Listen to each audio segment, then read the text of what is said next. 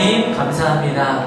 오늘도 주님 앞에 나와 예배할 수 있는 믿음 주시고 그 믿음 안에서 또한 우리의 공동체를 한올이라는 공동체를 허락하여 주셔서 우리가 함께 모여 주님을 예배하며 나아가는 이 모든 것들을 영광 받아 주심을 믿습니다. 주님, 우리 한 사람 한 사람의 마음에 찾아가셔서 우리 안에 있는 연약하고 부족하고 또 우리가 다 할 수 없는 그 하나님의 그 영역까지도 하나님께서 다 책임져 주시고 다만 우리는 주님을 예배하며 또한 이 땅에서 살아가며 주님께서 기뻐하시는 삶의 모양으로 나아가도록 우리 이 신앙의 길을 그 영혼까지 주님 앞에 나아가는 그날까지 한 걸음 한 걸음 묵묵히 마음 다해 살아나아갈 수 있는 우리의 삶이 될 수 있도록 인도하여 주시옵소서. 그 가운데 드리는 오늘의 이 예배가 삶의 마지막 예배인 것처럼 그렇게 마음 다해 힘을 다해 주님 앞에 나아가는 우리들 되게 하옵소서. 오늘의 예배를 주님께서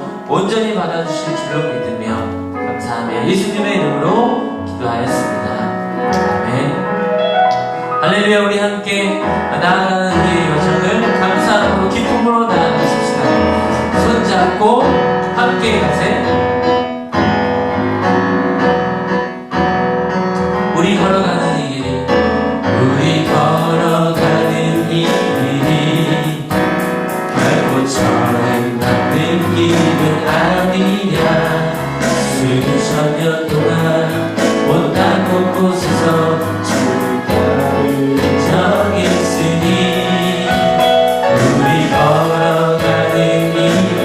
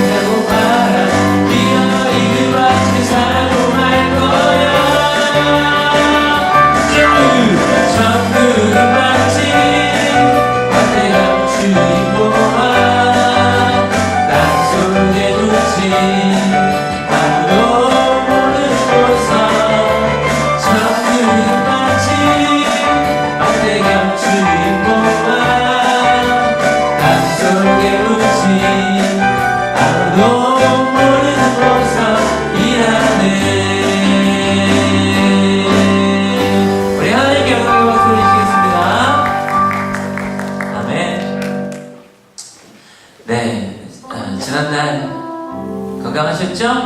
잘 사셨죠? 이제 뭐 이례적으로 이렇게 연휴가 긴 한 10일 정도 된다고 하더라고요. 10일 쉼과 동시에 가족도 만나고 함께하는 시간들 기다리고 있습니다.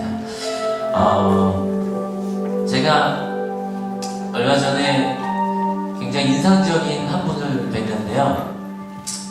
어디 이제 집회에 갔다가 조금 늦게 갔어요. 그래서 이제 맨 뒤쪽에 이렇게 앉았는데 이렇게 뭐 청소년들 집회 때 이렇게 조명도 막 이렇게 번쩍번쩍하고 막 이런 집회였어요.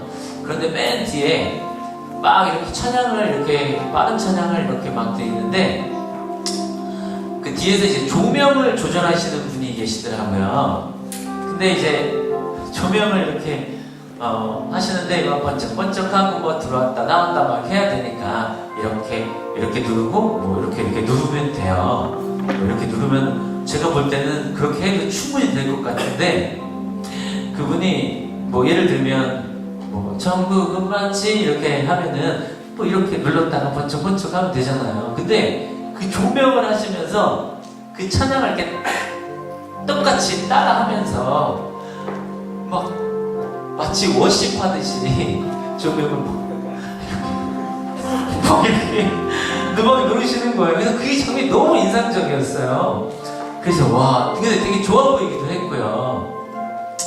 그래서 이제 끝나고 나서 제가 옆에서 이렇게 다 끝나고 나서 제가 가면서 정말 제가 태어나서 조명을 이렇게 멋지게 누르시는 분 처음이었어요. 이렇게 말씀드리니까 그분이 그러시더라고요. 이 조명도 예배하는 거잖아요. 이렇게 표현해 주시더라고요. 그냥 이렇게 누를 수도 있지만 저는 이걸 조명을 맡으면서 예배하고 싶다고.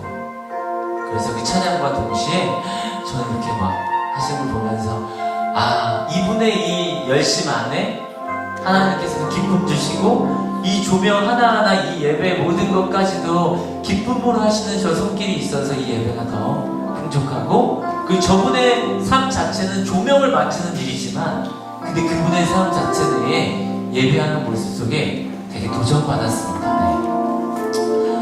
순간순간을 살아가는 나의 삶이 이렇게 기쁘고 하나님을 예배하는 자로 살아야 되는데 라고 하면서 많은 것을 이제 깨닫게 된 시점인 것 같아요.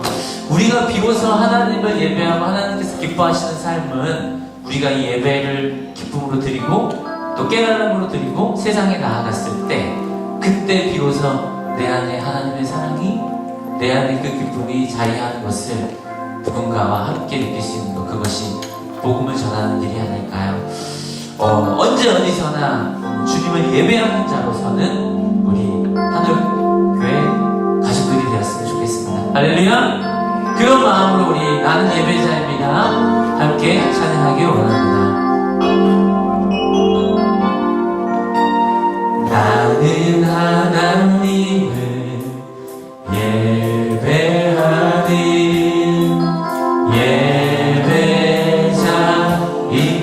예배자입니다. 내가 서 있는 곳 내가 서 있는 곳 어디서나 하나님을 예배합니다. 내 영혼 거룩한 은혜를 따라요. 내 마음 완전한 하나님 향하여 이곳에서 바로 이 시간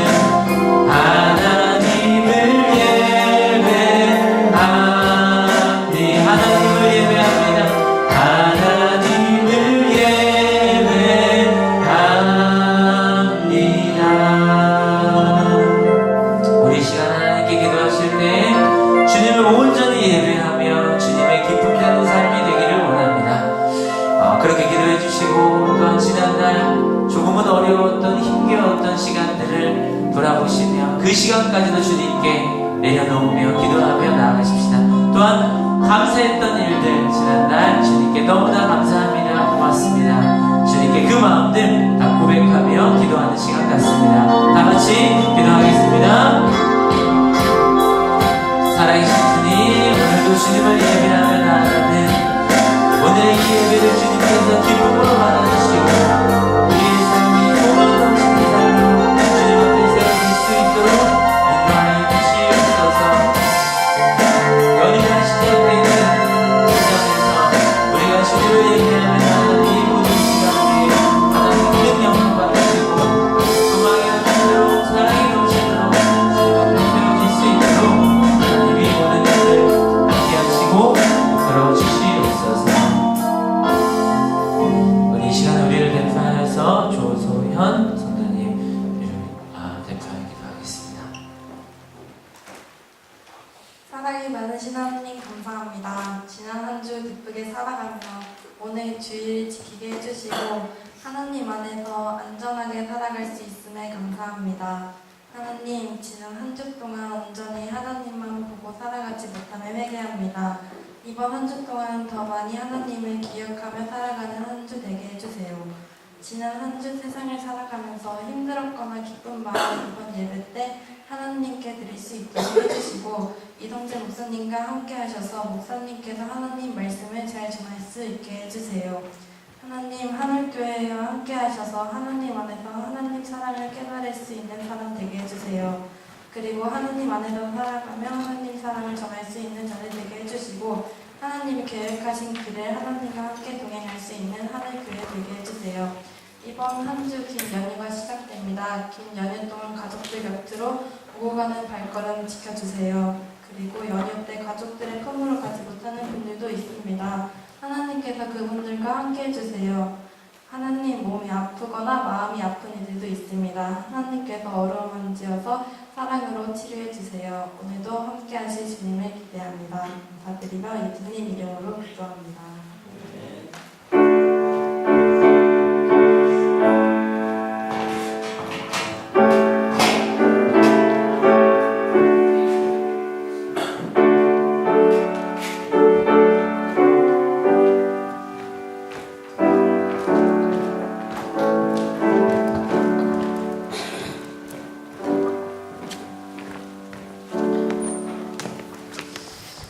찬송가 430장 목소리로 좀 찬양하겠습니다.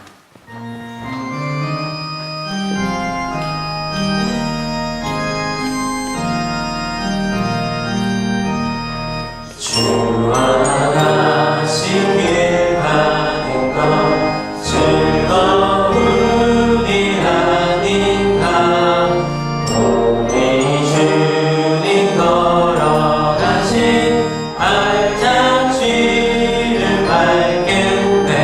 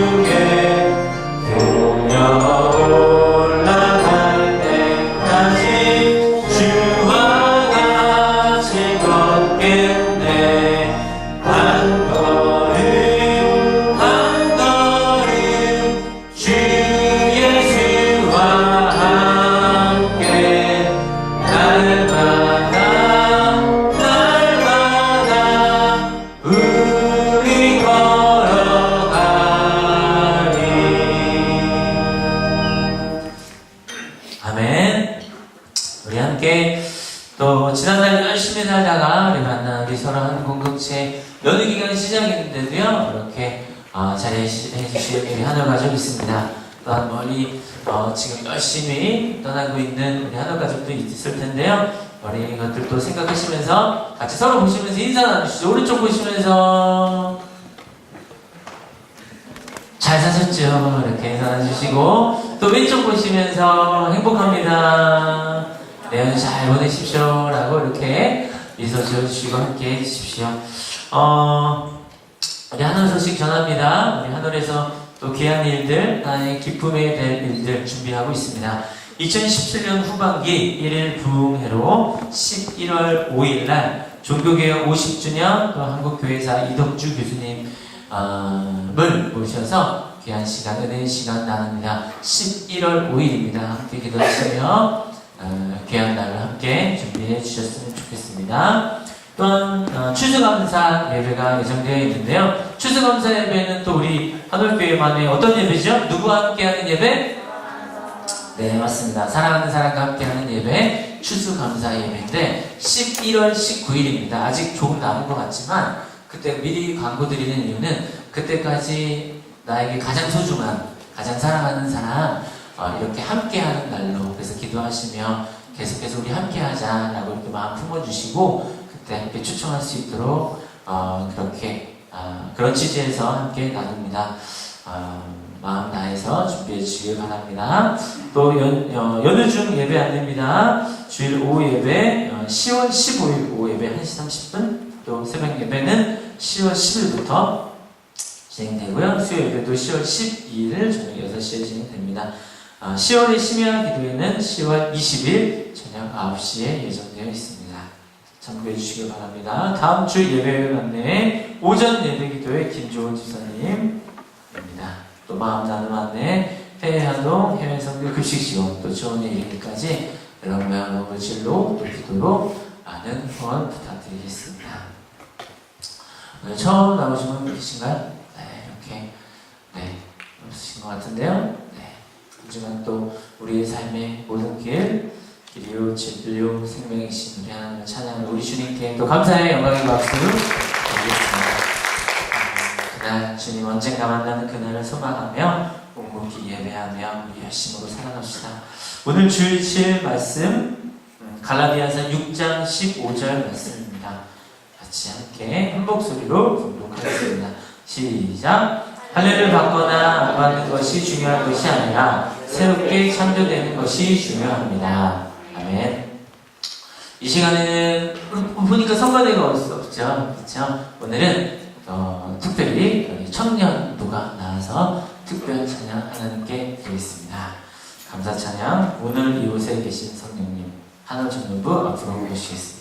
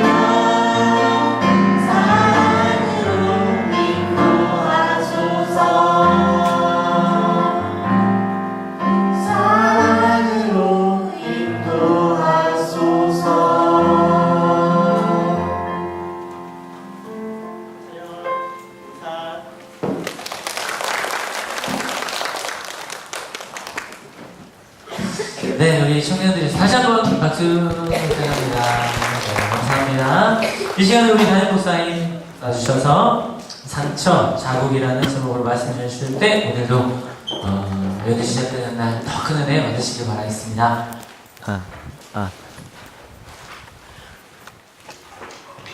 예. 여러분 때문에 행복합니다.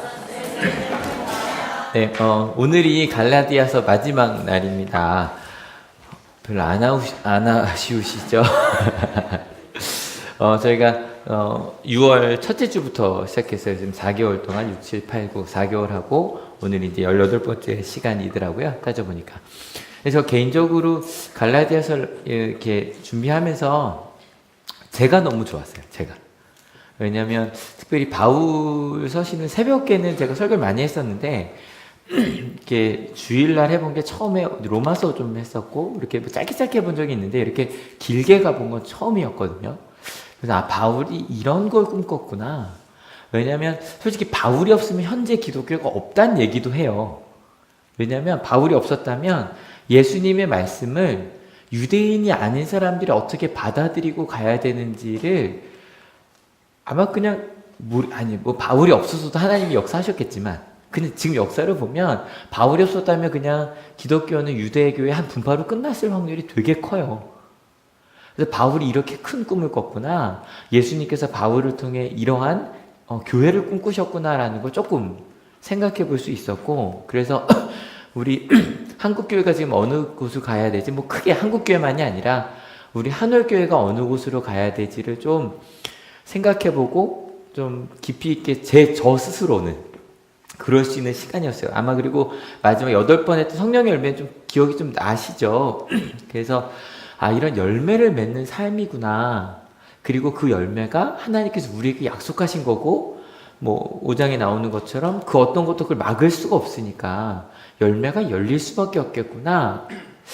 바울이 이렇게 긴 편지를 쓰고 나서 마지막에 오늘은 딱 2절로 이제 그 2절을 읽으면서 마무리를 하려고 하거든요. 그럼 바울이 이 마지막 2절을 통해 무슨 얘기를 하나 한번 같이 읽어볼게요. 같이 읽습니다. 시작. 이제부터는 아무도 나를 괴롭히지 마십시오. 나는 내 몸에 예수의 상처 자국을 지고 다닙니다. 생각을 해봤더니 이 갈라디아서 자체가 바울을 누군가가 괴롭게 했대요. 바울의 괴로움 기억나시죠? 일단 괴롭다는 단어를 좀 생각을 해보면 이 코포스라고 하는 단어가 뭐 배인 상처예요. 이렇게 배인 상처고 영어로도 단순하게 컷이에요. 컷. 잘린 거예요. 잘린 거. 근데 이 배인 상처라는 게 저희는 좀 잘 안 와닿아요. 이렇게 뭐 살짝 이렇게 배인 적은 저도 지금 여기도 지금 상처가 하나 있는데 지한이가 깨물었어요. 그래서 지금 좀 아파요. 이빨 안 닦으려고 그래서. 근데 이것만 해도 아픈데 정말 세게 물거든요. 마음 같은 입을 이렇게 열고 싶을 정도로 무는데 근데 실제로 이거 생각하시면 좋을 것 같아요. 이때는 칼로 싸우던 시절이잖아요. 이게 막 게임이나 영화 좋아하시는 분들은 아실 거예요. 칼로 싸웁니다, 둘이. 싸울 때 하나씩 베거죠. 팔 싹 베고, 그죠? 다리 딱, 이게 항상 고수들은 절대로 한 번에 안 죽어요. 그 점점 하면서 이 코포스라는 두 번째 뜻이 뭐냐면 힘이 떨어지다요. 아시죠? 다리 베이고 나면 막 천천히 이제 잘 못 움직일 거야 막 이러면서 하잖아요. 팔 베이고 나면 오른손 팔 베이면 왼손으로 칼 들고 그렇게 점점 힘이 떨어져. 그러니까 이 코포스라는 단어 제가 실제로 그 칼싸움을 상상하세요. 그래서 실제로 고통을 입은 게 이 코포스라는 단어예요. 바울이 그렇게 막 그러니까 그냥 이렇게 살짝 뭐 요리하다가 베인 정도가 아니라 진짜로 칼싸움을 하다가 실제 서로 죽이려고 하다가 점점 힘이 빠져가는 피가 철철 흐르기 시작하는 그 정도로 자기가 지금 괴롭다는 거예요. 그러니까 그냥 고통 갖고는 좀 설명이 안 되는 단어죠. 그죠? 그럼 도대체 뭐가 바울을 그렇게 괴롭혔을까 생각나실 거예요. 제발 난다고 해주세요. 뭐가 중요하다고 한 사람도 있었죠? 율법이. 조금 더 구체적으로 하면 할례가. 근데 할례가 중요하다 정도가 아니라 할례가 뭐하다? 필요하다. 꼭 필요하다. 할례를 받아야만 한다. 근데 여러분이 할례라는 거 다시 한번 말씀이 절대 나쁜 게 아니에요. 이스라엘 사람들이 구약 성경을 읽으면서 끊임없이 지금도 해석하고 토론해요. 실은 나중에 제 친구가 한국에 오면 그 친구 꼭 여기 모셔갖고 말씀을 듣고 싶은 친구가 있어요. 벌써 이스라엘에서 10년 넘게 공부하고 있는. 근데 그 친구가 저희랑 같이 성경 공부 저희끼리 해보면 이 본문에 대해서 미드라시라 그래서 지금도 유대인들의 3000년째 말씀을 해석하고 있어요. 근데 그냥 해석이 아니라 어떤 해석이냐면 진짜 우리 구체적인 삶에서 어떻게 살아가야 되는가 진지하게 고민하고 있어요. 그들이. 그래서 그게 뭐 요즘 많이 알려져 있는 토론 수업이잖아요. 막 자기들끼리 떠들면서 막 이야기하는 그런 하비루타라고 하는 그런 거의 결론으로서 나온 그런 율법의 마침이 실은 할례예요. 그 모든 그렇게 구체적으로 하나님의 뜻대로 살려고 하는 그 삶으로 나 정말 이렇게 살게 라고 결단하고 맨 마지막에 받는 게 할례예요. 이렇게 생각하셔야 돼요. 여러분 저희가 율법주의라 그러면 부정적으로 많이 쓰죠. 근데 율법주의를 제가 국어사전을 찾아봤는데 깜짝 놀랐어요. 한번 같이 읽어볼게요. 준비 시작. 유대교에서 율법을 그대로 신의 말씀으로 믿고 율법과 자기 생활과의 일치를 가장 중요하게 여기는 주의. 괜찮지 않아요? 이걸 제가 좀 우리 개신교로 좀 바꿔봤거든요. 같이 읽어볼게요. 준비 시작. 성경을 그대로 하나님의 말씀으로 믿고 말씀과 자기 생활과의 일치를 가장 중요하게 여기는 주의예요. 아마 우리 감리교를 혹시 영어로 뭐라 그랬는지 기억나세요? 이 단어 메소드라는 단어 생각하시면 돼요. 메소디스트라고 이야기하는데 이 방법론자 원리 원칙주의자라는 거예요. 왜냐면 이 감리교를 만드신 웨슬리 목사님이 정말 그러고 사셨어요. 아침에 일어나 맨날 새벽 4시 반이에요. 4시 반에 일어나 말씀 읽고 기도하고 그 다음에 항상 계란 후라이 2개 사과 반쪽 드시고 전도하러 나가셨어요. 말 한마디 행동 하나. 그러니까 실은 이게 전부는 아니지만 영국이 지금도 왕이 있잖아요. 그 이유 중에 하나를 감리교 때문이라고 실제로 봐요. 왜냐면 실은 그러니까 귀족들도 그렇고 굉장히 실은 좀 타락하거든요. 근데 웨슬리부터 시작한 그 성령 부흥 운동이 무슨 얘기를 했냐면 말씀대로 살아가자. 그걸 외쳤어요. 여러분 그 선상에 뭐가 있냐면 노예제를요. 나중에 한번 저희 같이 한번 봤으면 좋겠어요. 어메이징 그레이스라는 영화가 있어요. 영국 의회가 요즘 가끔 유명해졌어요. 조그만 요거보다도 작아요. 거기 이렇게 앉아갖고 막 토론하는 거. 근데 거기서 사람들이 토론하면서 하나님이 다스리는 우리나라가 어떻게 노예를 합법화하냐. 막 토론하면서 노예 제도를 그 의회에서 없애요. 여러분 미국은 어떻게 해서 없앴어요? 전쟁하고요. 싸우고요. 여러분 그 시작이 웨슬리부터 웨슬리를 비롯한 그런 성령 부흥운동 정말 우리가 삶 속에서도 하나님 말씀대로 살아야 된다. 그것부터 시작했다라고 얘기하거든요. 멋있지 않아요? 자랑스럽지 않으세요? 그래서 실제로 봉사하고 헌신하고 살아가는 저희가 웨슬리 그 회심주일 5월 6월 이야기하면서 웨슬리가 꿈꿨던 것들 정말 지금 봐도 아직도 이루어지지 않은 것들이거든요. 그런 걸 꿈꾸며 살았단 말이에요. 교회 안에서만 아니 절대 아니에요. 우리가 살아가는 모든 세상 속에서. 그게 메소디스트예요. 우리 감리교인들이에요. 여러분 어때요? 사람들이 메소디스트라는 말 욕이었다고 그때 말씀드렸어요. 이 방법, 이 원리원칙주의자들, 정말 조금 더 융통성도 없는 그런 사람들. 여러분 다른 말로 하면 이거 실은 율법주의자라는 거예요. 맞아요, 틀려요? 맞아요. 그렇게 살려고 노력했어요. 여러분 제 주변에도 그 원리원칙주의자가 두 분 계세요. 제 부모님이요. 은퇴하셨거든요. 은퇴하셨는데 두 분이 지금도 6시에 일어나셔서 두 분이 새벽 기도를 하세요. 이유는 실은 이제 은퇴한 목사님이 원로 목사님이 주변에 있으니까 걸어갈 수 있는 데여야 되잖아요. 차가 없으시니까 걸어갈 수 있는 데는 작은 교회들밖에 없는데 작은 교회 원로 목사님 사모님 앉아 계시면 좀 부담스러운데 그 목사가 이해는 돼요. 여기 밑에 원로 목사님 따로 모이신 이유도 실은 그게 있어요. 좀 불편하셔서. 그래서 두 분이 일어나서 가끔 제가 이제 서울에 강의가 있거나 그러면 집에 가서 잘 때가 있는데 정말로 새벽에 가도 어머니 아버지가 노래에서 찬양 소리가 들려요. 두 분이 찬양 다 부르세요. 그리고 말씀을 같이 읽으시고 두 분이 손을 잡고 서로 한 명씩 돌아가며 기도를 하세요. 어때요? 저희 어머니 아버지 이상한 분이죠? 원리 원칙주의자의 메소디스트의 율법주의자죠? 실은 그 소리를 들을 때만 나도 나중에 저러고 살고 싶다. 은퇴하고 나서 그러니까 저기 있어요. 아버지가 하신 얘기가 해야만 했잖아요. 담임 목사로 해야만 했던 것에서 이제 내가 하나님 말씀 읽고 하는 게 훨씬 더 좋다고. 그렇게 지금도 그러고 사세요. 지금도. 여러분 근데 왜 바울은 이렇게 좋은 거예요? 그렇지 않아요? 말씀대로 살려고 노력하는 거 좋은 거예요, 나쁜 거예요? 좋은 거라니까요. 근데 여러분 갈라디아서 앞에 보면 뭐라고까지 얘기하냐면 그 율법 할례를 받으라는 사람들은 천사가 말할지라도 저주를 받아야 된다. 굉장히 강하게 얘기해요. 도대체 왜 그런 걸까요? 여러분 이 할례가 필요하다고 말하는 사람들은요, 유대인들에게 하는 거예요? 이방인들에게 하는 거예요? 누구에게? 이방인, 여러분 유대인은 태어나자마자 받는다니까요. 태어나면 받아요. 따로 받으라고 할 필요도 없어요. 특별히 이방인도 누구냐면 어떤 사람들에게? 이방인 그리스도인들이에요. 이방인들 예수님을 믿기 시작한 사람들에게. 여러분 이것도 오늘 율법주의에 대한 좀 오해 좀 깨고 갑시다. 어떤 사람이 그래요. 율법주의 얘기하면서 이렇게 저희가 이제 그런 좀 익숙해요. 가톨릭이 이렇게 잘못됐기 때문에 개신교가 나왔다. 이렇게 말하는 게 되게 익숙하고, 누군가를 좀, 그러니까 실은 어찌 보면 그리스도교도 율법주의라고 대변되는 유대교에서 나왔거든요. 그러니까 유대교가 이렇게 잘못됐다라고 말하는 게 좀 익숙한데, 여러분 그 당시에요. 율법주의, 여러분 어때요? 율법대로 사는 거 쉬울 것 같아요? 어려울 것 같아요? 저희는 어렵다고 많이 생각하잖아요. 근데요, 그 당시 사람들에게 율법대로 사는 거 그렇게 어려운 일이 아니었어요. 쉬운 일도 아니었지만.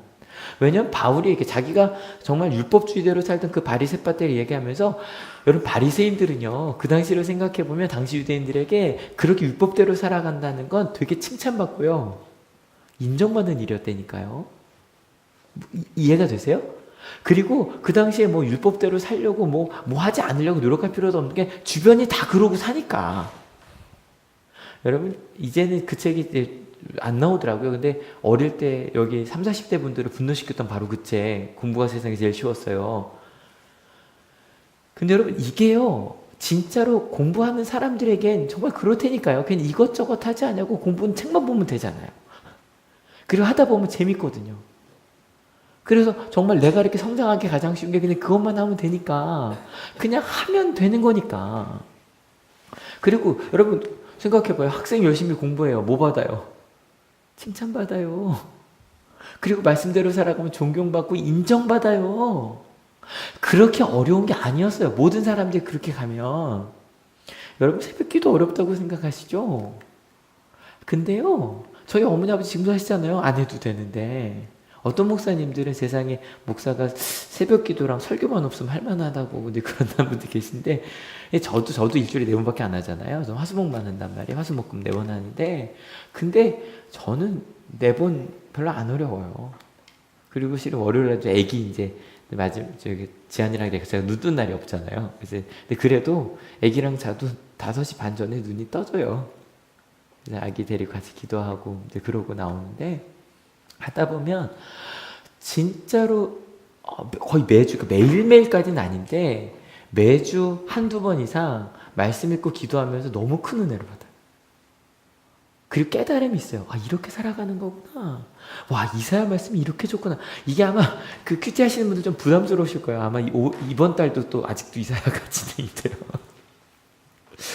근데 여러분 너무 힘드시면 그 아침 예배 좀 이렇게 녹음한 거 좀 들어보시면 조금 새벽 괜찮으시죠, 권사님? 들어보시면 이사야 재밌거든요.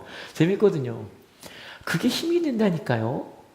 여러분 큐티도 처음에 어렵죠. 말도 어렵고. 근데 큐티 하면서 거기서 은혜를 받고 하다 보면 큐티 하는 거 별로 어렵지 않아요. 여러분 청년들이 금요기도 한단 말이에요. 여러분 금요일날 불금으로 아예 공식적으로 노는 날로 정해진 날 처럼 되어 있는데, 그죠? 청년들이 금요일 저녁에 뭐예요?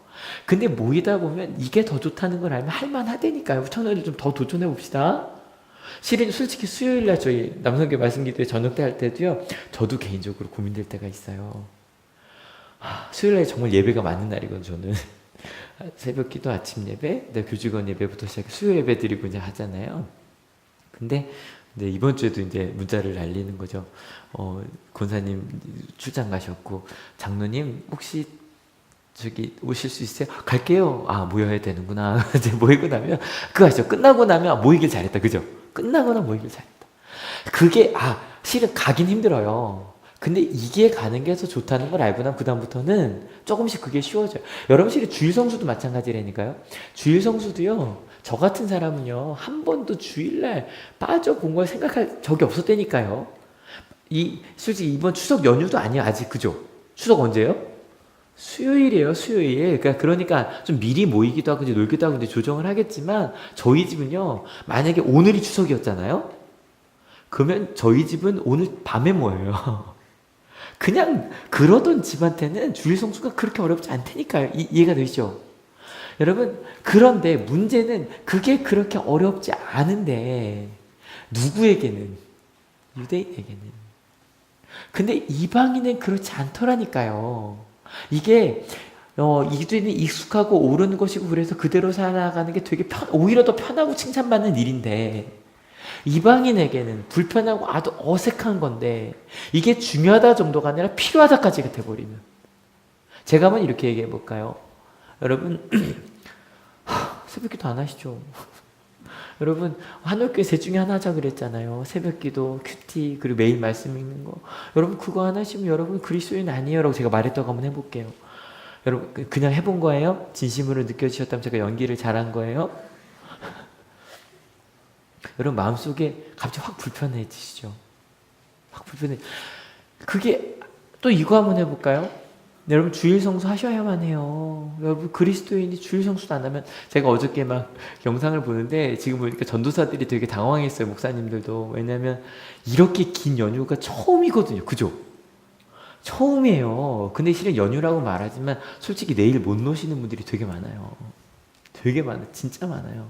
근데 아무튼 그래도 그 연휴라고 생각하니까 막 올리는데 막 전도사들 이런 거 올리는 거예요. 주일이 얼마나 중요한지 막 주일날 오라고 빠지면 안 된다고 오늘 연휴라고 빠질 생각하지 말라고 막 그 글을 올리고 심지어 영상도 만들어 올린 교회도 있었어요.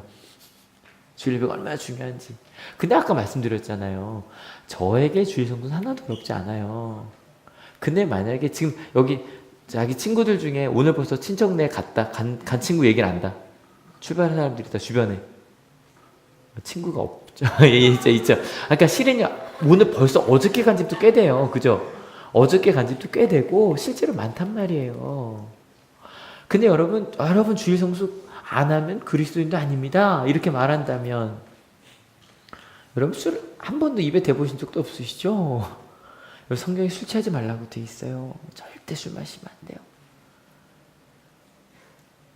전 마셔본 적이 있어요. 근데 제가 만약에 이렇게 한다면 이런 자꾸 뭐뭐 하면 안 된다는 것들 그거 하면 그리스도인이 아니다로 가버린다면 여러분 이게 되게 위험한 거예요. 근데 이 말씀 드리면 마부수 생각하실 거예요. 여러분 실은 이거 다 좋은 거예요, 나쁜 거예요? 좋은 거라니까요. 전 진짜 여러분들이 새벽 기도를 하셨으면 좋겠어요. 전 진짜 여러분들이 주일날 정말 그게 무엇이든 정말 우리가 함께 모여 예배하는 게 얼마나 기쁜지, 그리고 혹시 정말 우리 청년들이 나중에 술이 없어도 이렇게 즐겁고 행복하게 모일 수 있다는 거 보여주면 좋겠고, 그리고 실은 그렇게 갔으면 좋겠어요. 하지만 그럼에도 불구하고 바울이 얘기하는 거예요. 이게 왜 이렇게 위험하냐면, 이런 말들이 왜 위험하냐면 3장에 그런 얘기가 나오거든요. 율법을 지키기 시작하면 다 지켜야 된다. 다 지켜야 된다. 뭐가 더 중요하고 뭐가 더 중요하지 않은 규정은 있다 없다? 없다. 실은 이 말을 할 때 여러분 이것만 있냐는 거예요. 성경에 뭐라고 돼 있어? 내 이웃을 사랑하라. 뭐처럼? 내 몸같이. 똑같다.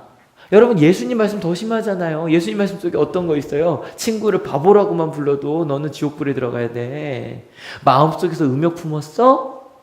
그러면 너는 이미 간음한 거야. 그게 예수님의 규정이에요.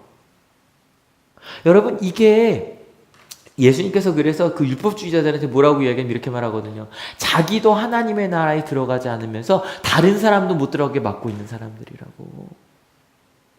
자기도 다 지키지 못하면서 이거 다 안 지키면 니들도 못 들어가라고 말하고 있는 사람들이라고. 그럼 바울이 율법주의가 틀렸다고 말하는 건 율법을 지키는 게 불가능하기 때문일까? 아니에요. 이건 오해하지 마세요. 아니에요. 왜냐하면 실은 바울이 이게 위험하다고 말하는 이유는 그걸 이야기하는 순간에 바울이 경험한 하나님의 은혜 뭐예요? 예수님을 죽이려던 사람이잖아요. 예수님을 믿는 사람들을 죽이려던 사람이에요. 그러던 나를 찾아오셔서 내가 너를 사랑한다고 심지어는 사명까지 주신 내 이야기를 전해줘, 나의 사랑을 전해줘 라고 말씀해 주신 그 하나님의 은혜와 하나님의 사랑과 예수님의 사랑을 갑자기 딱 앞에 서서 이러는 거죠. 이거 했어? 그럼 들어와. 아니면 나 들어오지 마. 라고 이야기하는 거. 실은 바울은 그걸 견딜 수가 없었던 거예요. 여러분, 할례는 중요할 수 있어요. 할례 필요할 수도 있어요. 근데 여러분, 이 얘기를 하는 순간에 뭐가 사라지냐면 구원받은 기쁨이 사라져요. 나를 있는 모습 그대로 하나님이 사랑하셨다. 그것 때문에 너무너무 행복해하던 우리의 행복이 한순간 사라지고 뭐만 남아요? 죄책감과 정죄만 남아요. 재밌죠? 한 번 더.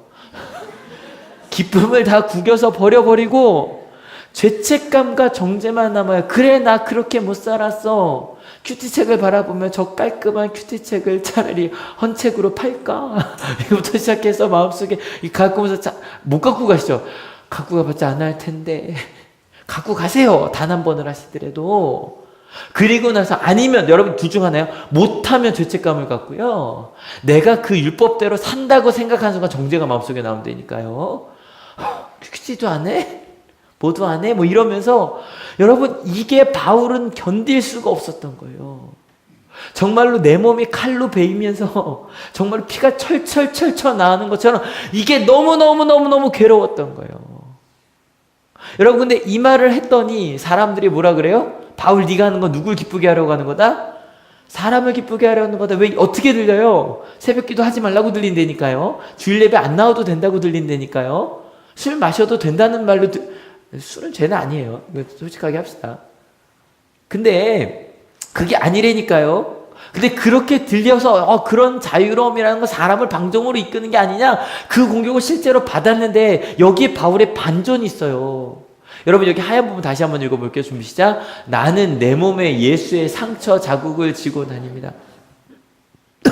그렇게 나를 괴롭히지 말라고 제발 그런 율법이 필요하다라고 하는 그런 규정으로 나를 괴롭히지 말라고 이야기하면서 바울이 얘기하는 게 바로 이 상처 자국, 스티그마라는 건데요. 마크야, 마크. 요즘에 그래도 찬양단 중에 가장 인기 있는 마커스라는 게 여기서 나온 거예요. 마크. 주의 흔적을 가진 사람들 ER 붙이면 사람 되죠. 그죠? 마커. 거기에다 S 붙이면 이제 사람들에서 흔적을 지닌 사람들이라는 건데 이게 실제로 그래서 저희 개혁성이 흔적이라고 번역이 되어 있는데 흔적이란 번역보다 이 세 번역의 상조적이 훨씬 나아요. 왜냐면 이 스티그마라는 단어 자체가 표, 기회, 상징도 돼요. 마크. 그래서 여기 뭐 이렇게 하는 것도 있지만 실제로 어떤 뜻이냐면 이 뜻이 있어요. 구멍 내거나 박는 거. 여러분 구멍 내거나 박다? 혹시 뭐 떠올라요? 십자가요. 나무에 박힌 정말로 구멍이 뚫린 그리고 십자가 말고는 또 어떤 뜻도 있냐면 무언가 소유권을 주장하기 위해서 이게 그 구약에 나오거든요. 이게 내가 만약에 종이 됐을 때 귀 뚫는 거. 그래서 여기다가 뚫어서 이제 이 사람은 평생 나의 종이다라고 증거를 삼는 게 구약에 잠깐 나와요. 그러니까 뭐 이렇게 새기는 게 아니라 그런 구멍을 뚫는 거. 그래서 내 몸만 봐도 나는 누구의 종이구나. 그게 바로 이 스티그마거든요. 여러분 바울이 상처작을 이야기하는 것도 마찬가지예요. 실은요 바울을 아는 사람들은 절대 겉으로 바울 얘기만 듣는 사람들은 그럴 수 있어요. 바울 얘기만 듣는 사람들 바울 얘기 너무 위험해. 그렇게 네 마음대로 한다 그러면 다 방종으로 가면 어떡해? 사람들이 다 술에 취해 살면 어떡해? 사람들이 다 주일날 예배 안 나면 어떡해? 다 교회를 떠나면 어떡해? 라고 생각을 할 수 있어요. 근데 바울의 삶을 옆에서 본 사람들은 바울이 예수님의 복음을 전할 수만 있다면 어떻게 살아가는지 알아요. 단지 미움받고 비난받은 정도가 아니라니까요. 진짜로 맞았어요. 진짜로 죽을 뻔했어요. 예수님의 사랑을 전할 수만 있다면 그게 무엇이든지, 그리고 실제로 바울은 그 말씀을 전하다 죽었어요. 그런데 그 사랑을 전하기 위해서라면 참 신기한 건 바울이 박쥐처럼 살았다는 거예요. 예수님의 사랑을 전할 수만 있다면 나는 이방인에겐 이방인처럼, 난 유대인에겐 유대인처럼, 심지어 내가 옳다고 생각하는 게 있어요. 바울은 뭘 옳다고 생각했냐면 이런 거요. 여러분 이제 제사 드리시는 분들 계실 거예요. 제사 음식이 먹어야 돼요, 안 먹어야 돼요? 먹어야 돼요, 안 먹어야 돼요? 바울은 먹어도 된다 그랬어요. 왜냐면 바울이 생각할 때 거기에 신이 앉아 있냐? 그건 그냥 하나님께 주신 맛있는 고기다. 그럼 먹으면 된다. 바울은 그렇게 생각했어요. 근데 이 바울이 생각한 거예요. 근데 내가 그 제사 음식을 먹는 게 누가 봤을 때 시험이 되면 그럼 나 안 먹을래. 나 평생 고기 안 먹을래. 여러분 이거 이렇게 해보세요. 여러분이 만약에 제사 음식을 안 먹는 게 하나님을 믿지 않는 가족들에게 시험이 될 것 같으면 먹을 수도 있잖아요. 먹어도 되는 거예요, 그거는. 근데 반대로 여러분 이성재 목사, 제가 술 죄 아니라 그랬죠. 그죠? 여러분 제가 만약에 온양시내에서 술 취해 갖고 다니면 노래를 부른다고 한번 생각해 보세요. 전 그래서 안 마셔요. 마실 이유가 없어요. 무슨 말인지 아시겠어요? 내가 뭐가 옳다고 생각하든 예수님의 복음만 전할 수 있다면 그 모든 사람을 정말 조건 없이 사랑하신 그 예수님의 사랑을 전할 수만 있다면 뭐든지 했던 게 바울의 삶이었어요. 근데 웃긴 건 이렇게 말하면 사람들이 참 하나님의 사랑 좋다고 올 줄 알았는데 바울은 뭐 받았대요? 미움받았대요. 왜냐면 이런 말이 우리를 두렵게 하거든요. 유대인들에게도 이방인에게도. 유대인에게 뭐가 두렵게 해요? 저러다가 사람들이 다 함부로 돼서 교회 뭐가 무너질 것 같은 거예요. 우리 전통이 다 무너질 것 같은 거예요. 그래서 아니야, 또 똑바로 앉아, 이렇게 하고 싶은 거예요. 그리고 또 이방인들은 왜 이걸 두려워하냐면, 여러분 교회 처음 나왔을 때 이런 거 있잖아요. 하나님 말씀대로 살아가자는 말이 더 쉬워요, 주일 예배 나오라는 게 더 쉬워요?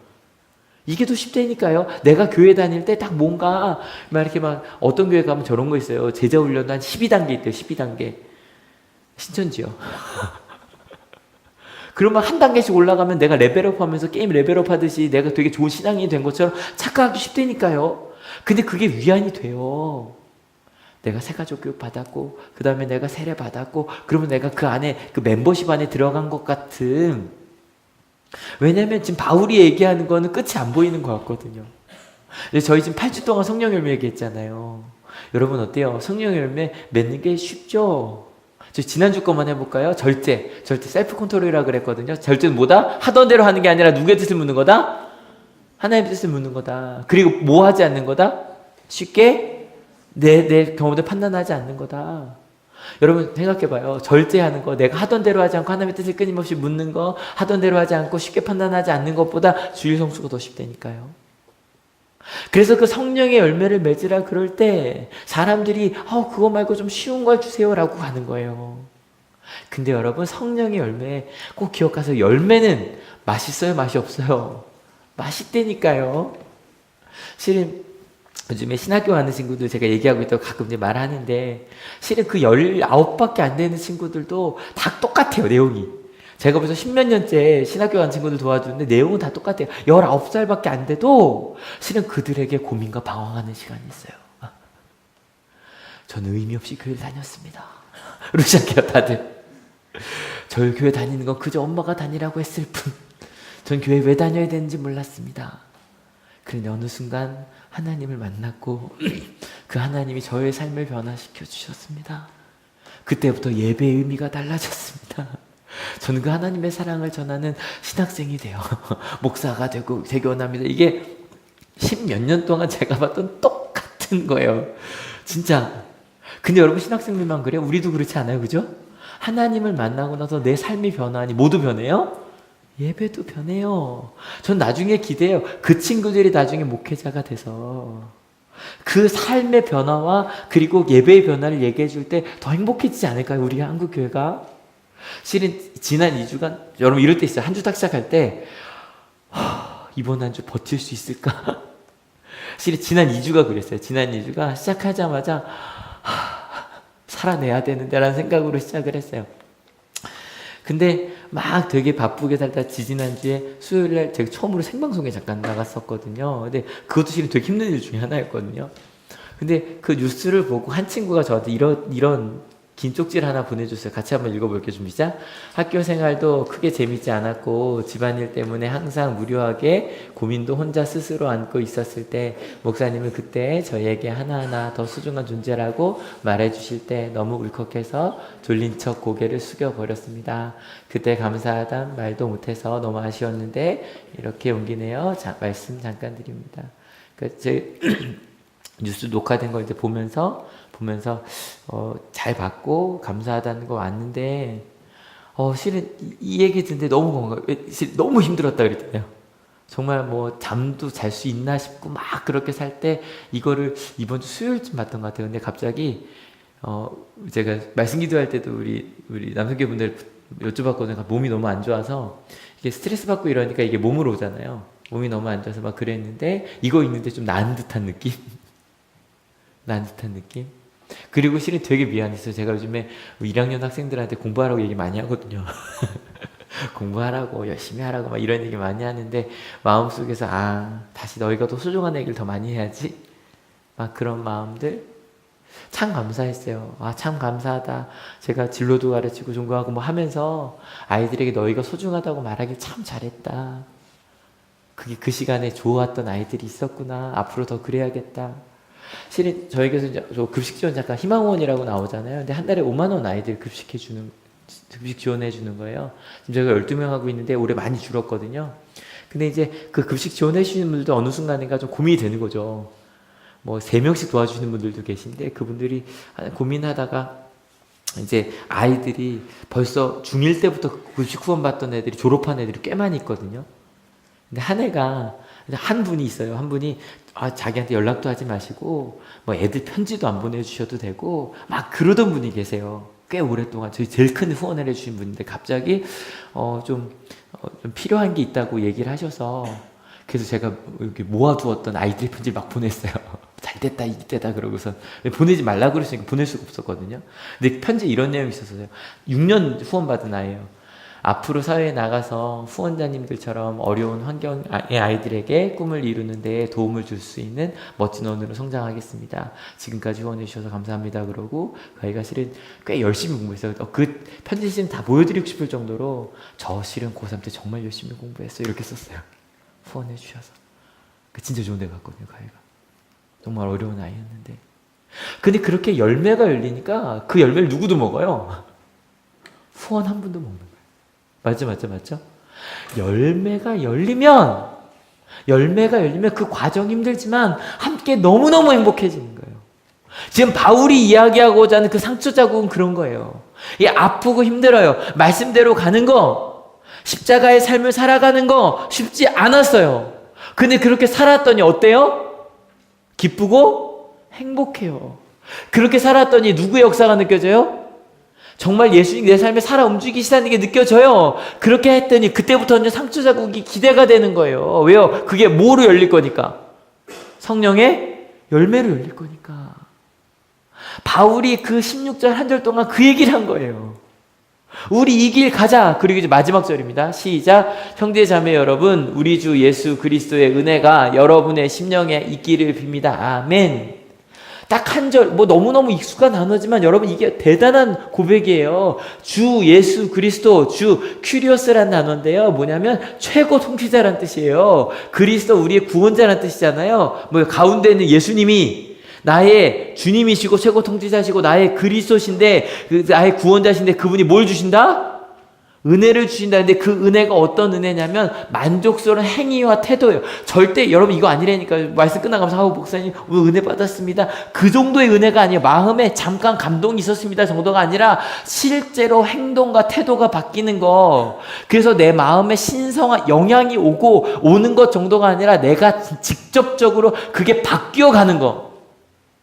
그 카리스, 그 하나님 주 예수 그리스도가 주신 그 은혜가, 호의, 선물, 기쁨, 감사가 네 가운데 있기를 빈다고 지금 고백을 하는 거야, 마지막에.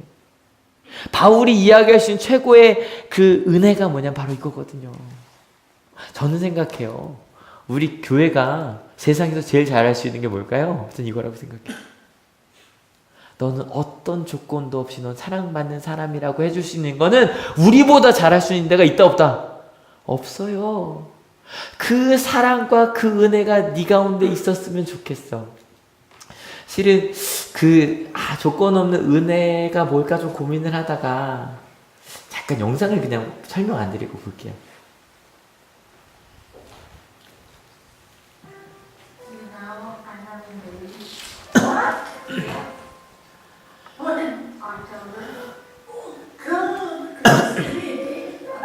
어머니가 치매세요.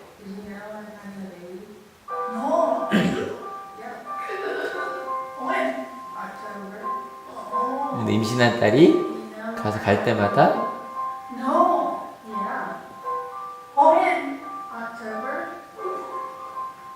임신 사실 얘기할 때마다 너무 행복해 하시는 거예요.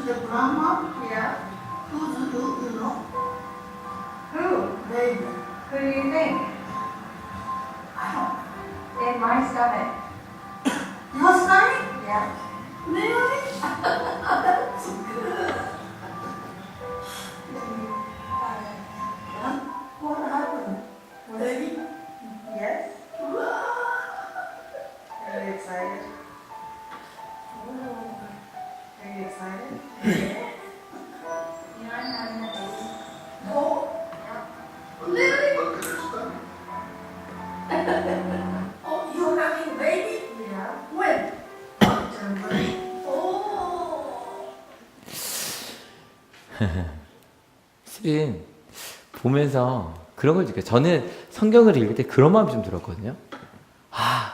하나님 대단하다.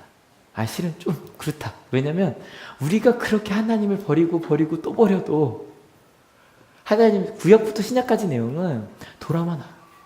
내 품으로 돌아와. 나는 언제든지 널 용서할 준비가 되어 있어. 언제든지 널 사랑할 준비가 되어 있어. 교회를 1년 만에 오시든 혹은 10년 만에 오시든 실은 내가 하나님을 잊고 있다가 하나님을 찾는 순간에 내가 널 기다리고 있었어. 근데 이게 꼭 맞는지 모르겠지만 저는 이분을 보는데 하나님이 그렇거든요.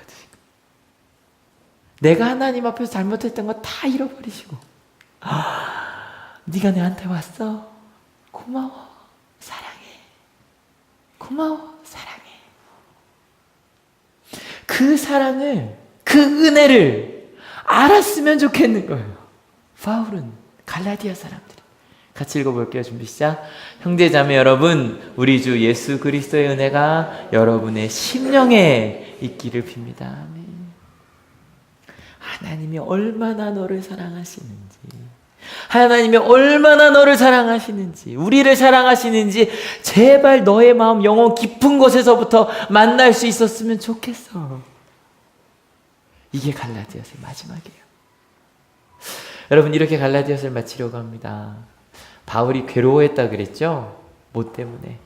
할례가 중요하다고. 할례가 있어야만 한다고. 왜냐하면 이걸 말하는 순간에 뭐가 사라져버려요? 구원의 기쁨이 사라지고 뭐만 남아요? 죄책감과 정죄만 남아요. 그게 너무너무 안타까웠어요. 근데 이러면 사람들이 오해한다 그랬죠. 그럼 어쩌라고? 근데 반전이 있다 그래서 어때요 여러분? 바울 함부로 살았죠? 바울 함부로 살았죠? 그랬어요? 아니요. 하나님의 사랑받았기 때문에 최선을 다해 살았어요. 예수님의 사랑을 전할 수만 있다면 내가 무엇이든 한다 그러고 살았어요. 그렇게 살았더니 전 이랬으면 좋겠어요. 여러분들이 하나님의 사랑 때문에 예배에 나오셨으면 좋겠어요. 하나님의 사랑 때문에 말씀을 읽으셨으면 좋겠어요. 하나님의 사랑 때문에 여러분의 삶의 자리에서 만나는 모든 사람들에게 하나님 제가 어떻게 살아야 합니까? 제가 어떻게 대화해야 됩니까? 제가 무엇을 해야 됩니까? 물으며 살아가는 여러분이 되실 거예요. 믿으십니까? 그 상처 자국. 왜냐하면 그 상처 자국이 우리에게 뭐가 되니까? 기쁨과 행복이 돼요. 하던 대로 하지 않는 거 어렵다니까요. 여러분 이번 추석 때 여러분 가족을 만나는 게 신나고 좋은 분도 있고 가족을 만나는 게 불편하고 어려운 분들도 있어요. 근데 상관없어요. 여러분 물어보세요. 하나님 제가 어떻게 해야 됩니까? 예수님이 우리 가족 속에서 어떻게 역사하실 겁니까? 하나님 기대됩니다. 아직은 아프고 힘든 게 있지만 나를 통하여 우리를 통하여 열매를 맺게 하셔서 그 조건 없는 사랑이라고 하는 누구도 경험해보지 못한 그 하나님의 놀라운 비밀을 우리 가운데 이루실 겁니다. 믿으십니까? 여러분 그 놀라운 사랑 오늘 딱 2절이었잖아요. 같이 한번 읽고 마칠게요. 같이 읽습니다. 이제부터는 아무도 나를 괴롭히지 마십시오. 나는 내 몸에 예수의 상처 자국을 지고 다닙니다. 형제 자매 여러분, 우리 주 예수 그리스도의 은혜가 여러분의 심령에 있기를 빕니다. 아멘. 갈라디아서를 마치며 여러분 우리 주 예수 그리스도의 은혜가 여러분의 심령에 있기를 빕니다. 옆에 그렇게 한번 인사 나눌까요? 좀 길지만 옆에 보시면 우리 주 예수 그리스도의 은혜가 당신의 심령에 있기를 빕니다. 이 찬양 부르려고 그래요. 이 찬양 제가 되게 좋아하는 찬양인데 그 열매를 맺기 위해 한 걸음 한 걸음 살아가는 게 우리의 삶이에요. 여러분 이번 한 주 우리 생각합시다. 하나님께서 원하시는 그 삶 우리 나누며 갑시다. 찬양하시겠습니다.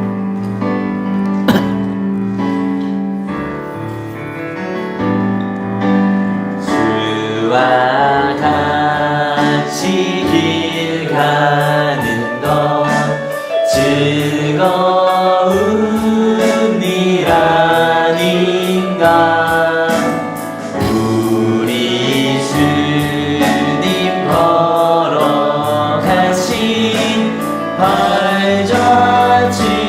발자취를 밟겠네. 한 걸음 한 걸음 주 예수와 함께 날마다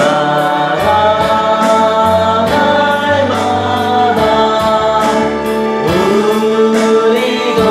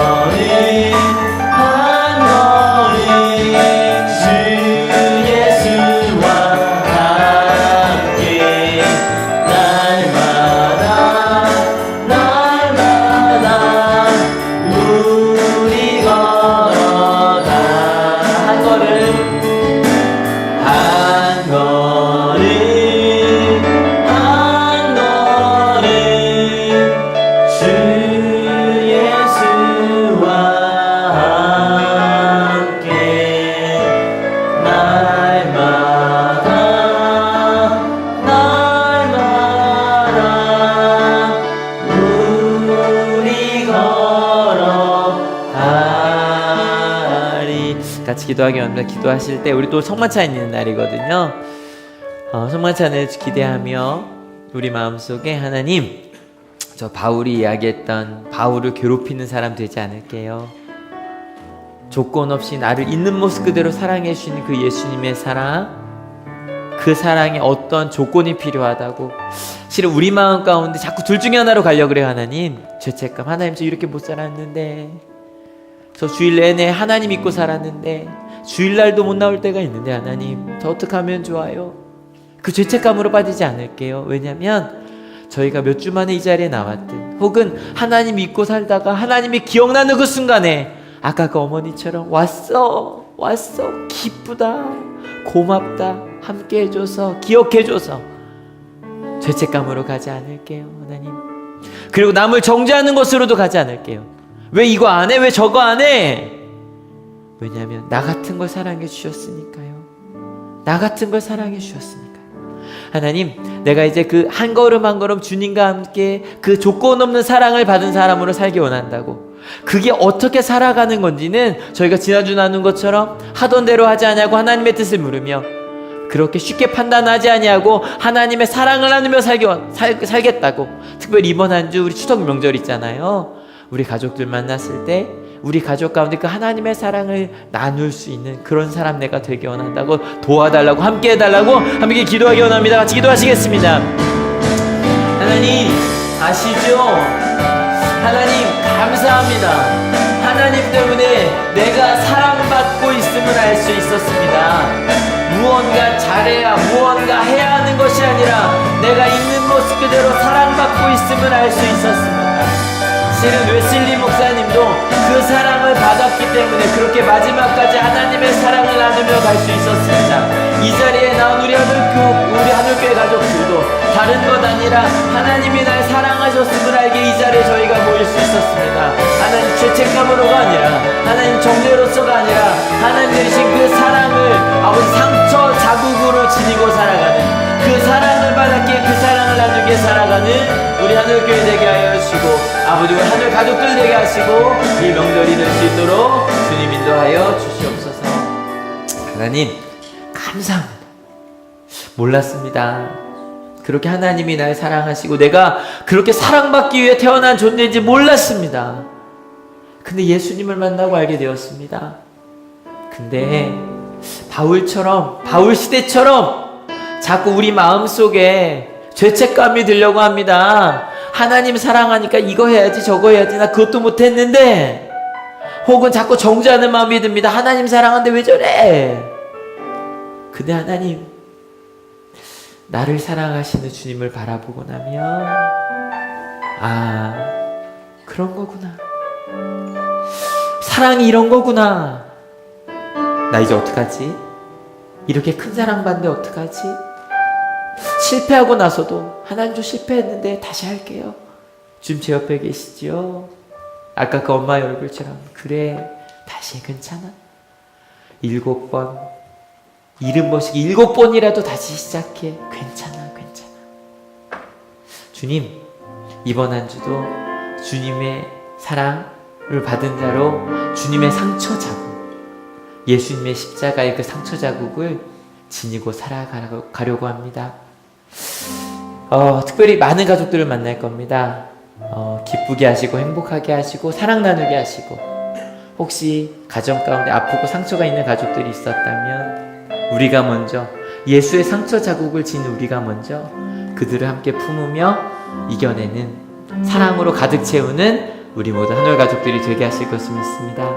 오고 가는 길도 주님께서 지켜주시고, 무엇보다 내 아이에게 주어진 이 상처 자국, 예수 그리스도의 십자가의 그 상처 자국, 그것을 매일마다 바라보며 묵상하며 그렇게 절제하며 살아가는 이번 한 주 되게 하여 주시옵소서.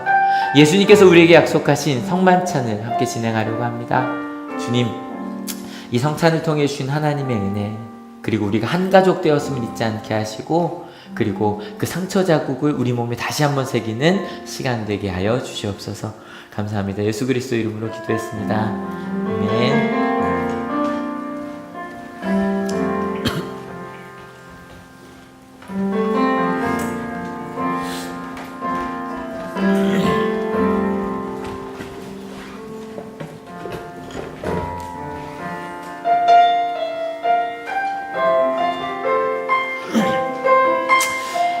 우리 서로 좌우 돌아보시면서요, 우리 서로 평화 인사를 함께 나눕시다. 주님의 평화가 여러분과 함께. 이제 화해와 평화의 직별 서로 인사를 나눕시다. 평화가 함께 하시기를 빕니다. 제가 성만찬 제정사 하겠습니다. 주님께 자신의 몸을 내어주시던 밤, 떡을 손에 드시고 감사 기도를 드리신 다음 떼어 제자들에게 주시며 말씀하셨습니다. 받아 먹어라. 이는 너희를 위해 내어준 나의 몸이니 먹을 때마다 나를 기억하여라. 식후에 주님께서는 잔을 드시고 감사 기도를 드리신 후에 제자들에게 돌리시며 말씀하셨습니다. 이 잔을 마시라. 이는 죄의 사함을 얻게 하려고 많은 사람을 위해 흘린 새 언약의 피니 이를 행할 때마다 나를 기념하여라. 함께 성령 임재에 기도하시겠습니다. 함께 기도합니다. 거룩하신 하나님, 일찍이 주님께 세상에 보내셨던 성령을 지금 다시 보내주사 진설된 떡과 포도주 위에 임하셔서 이 식탁을 성별하옵소서. 또한 성령께서 여기 모인 우리 위에 함께하사 이 떡과 포도주로 영원한 생명의 양식이 되게 하시며 이를 먹고 마심으로 그리스도의 새로운 몸을 입어 세상을 변화시키는 능력이 되게 하옵소서. 우리 주 예수 그리스도의 이름으로 기도합니다. 아멘. 네, 공독하겠습니다.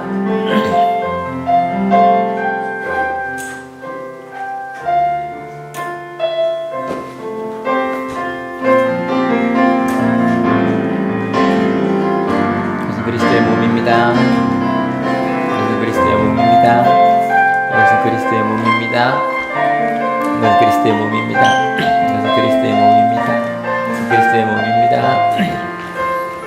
우리 유차동복 올라오세요. 이것은 그리스도의 몸입니다. 이것은 그리스도의 몸입니다. 애들 이렇게 받아서 딱 포도 주스야. 이것은 그리스도의 몸입니다. 이것은 그리스도의 몸입니다. 이것은 그리스도의 몸입니다. 이것은 그리스도의 몸입니다. 이것은 그리스도의 몸입니다.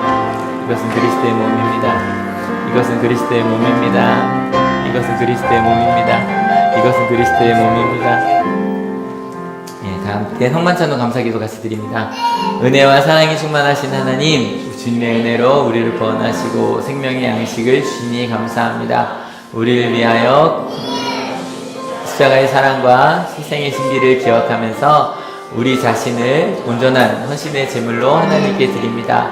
이제 성만찬에 참여한 우리가 그리스도와 하나 되게 하시고 서로 하나 되게 하시며 온 교회가 하나 되게 하여 주옵소서. 이제 세상을 향하여 나아갈 우리가 성령의 능력 안에서 전심으로 하나님과 이웃을 사랑하며 그리스도의 빛과 소금이 되게 하사 주님이 오시는 날 하나님 나라의 유업을 함께 누리게 하옵소서. 우리에게 영생의 생식을 주시는 우리 주 예수 그리스도의 이름으로 기도합니다. 아멘. 네, 축도하고 마칩니다. 하나님, 그렇게 갈라디아 교회에게 사랑의 편지를 보낸 바울의 이야기처럼 하나님의 사랑으로 주 예수 그리스도의 은혜가 우리 심령에 가득하기를 바라겠다고 그렇게 살겠노라고 결단하는 우리 하늘 가족 머리 위에 예수 그리스도의 사랑과 하나님의 은혜와 성령 하나님의 인도하심이 지금으로부터 영원토록 함께 하옵시기를 간절히 축원하옵나이다. 아멘.